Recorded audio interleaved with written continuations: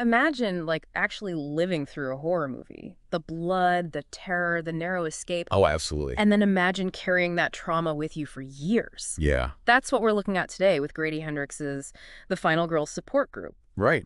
It's about this group of women all brought together for therapy because they've each survived these unimaginable horrors. Yeah, yeah. But as we'll see, their nightmare is far from over. It's so clever what Hendrix does. You know that familiar figure, the final girl.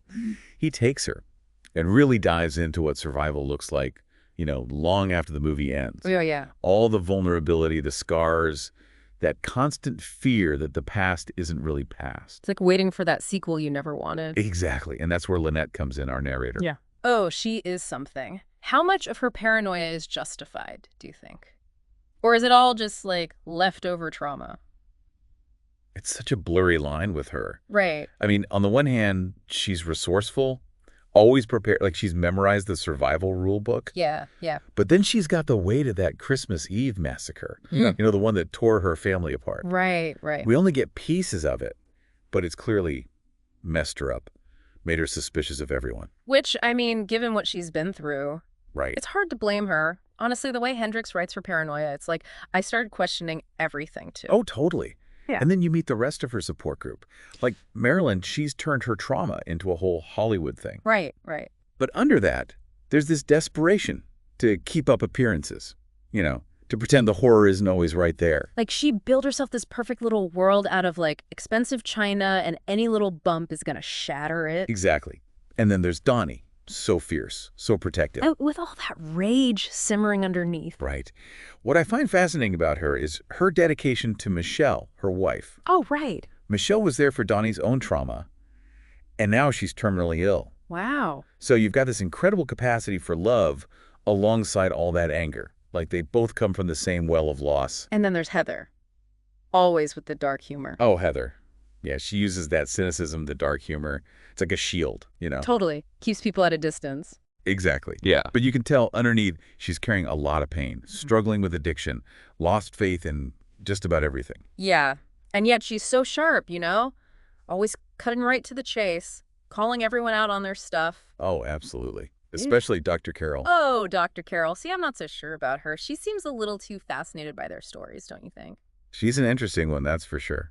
I mean, she's clearly devoted to helping them, trying to guide them toward healing. Yeah, but that whole collection of case files? Yeah, yeah. Like she's collecting their trauma, Kind of creepy. Hendrix does a great job of making you question her motives, right? Like, where does empathy end and morbid curiosity begin? Right. It's like he's holding up a mirror to our own fascination with true crime. Exactly. And you got Julia trying to analyze her way out of the terror. Oh, Julia. She's all about logic and reason, right? Trying to impose order on something inherently chaotic. Which, I mean, good luck with that, right?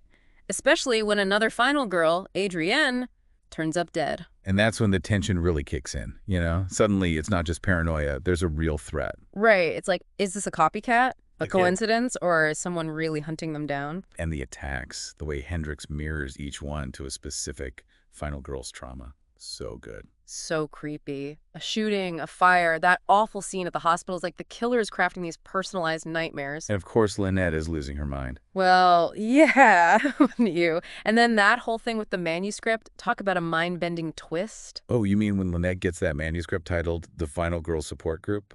Yes. And it gets weirder. It's written by her, but she has no memory of writing it. Total mind game. Right. Like, is this a breakdown? Is someone messing with her? Or is reality itself coming undone? Hendrix using metafiction like that, brilliant.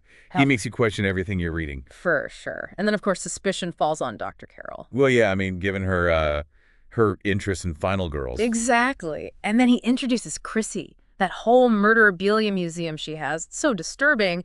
A lock of Charles Manson's hair, John Wayne Gacy's clown toy. Come on. See, I think Chrissy represents something really interesting about our culture, that morbid fascination with true crime. Oh, absolutely. Like, we can't get enough of the darkness. Exactly.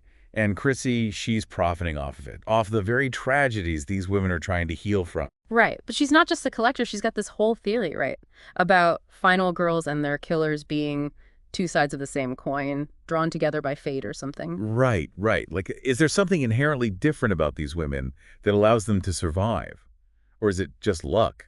And if they are connected to their killers, does that mean they're changed by it? Trapped in some kind of never-ending horror movie. Exactly. And just when you think you have it all figured out, Lynnette reaches out to Dr. Carroll's son, Sky, for help. No, Sky, he seems harmless enough at first. Harmless. Sky, are you kidding me? Yeah. His artwork? The drawings of those final girls? Right. So meticulously planned out, each one. It's like he's not just copying the violence, he's trying to perfect it. Exactly. We're trying to create this, like, ultimate final girl narrative. And where does that even come from, growing up with Dr. Carroll? Or is it just, like, in his blood? It really makes you think about nature versus nurture, Absolutely. Like how much of who we are is determined by our environment and how much is just us. Right. And then everything goes down at Camp Red Lake. Oh, perfect setting, right? Talk about a nightmare factory. Adrian's old stomping grounds. Couldn't get more intense. No. And the way Hendrix writes it, you really don't know who to trust. Oh, it's masterful. Yeah. The shifting alliances, the betrayals. You start to wonder if anyone is who they say they are. Right. Even ourselves. Like, are we capable of things we can't even imagine? And that ending, though, wow. Just wow. Brutal. No easy answers, no happy endings. Just this stark reminder that survival leaves its mark. You really feel for these women. They've been through so much. Some of them, they find a little bit of peace, but others, it just consumes them. Like they can't escape their pasts. There's that line I love. They turn into women and they live. it's so simple, but so powerful. Right. They're not just victims, they're survivors. They're women who refuse to be defined by what happened to them. So after all of that, what's the takeaway for you? For me, it's about more than just horror. It's about our relationship with violence, with trauma, Okay, absolutely. the way we can't look away from it. It makes you think about who gets to tell their story, too.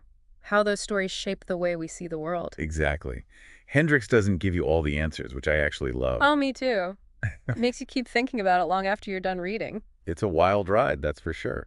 If you're a fan of horror, especially horror that makes you think, you have to check this one out. Just maybe leave the lights on. Okay.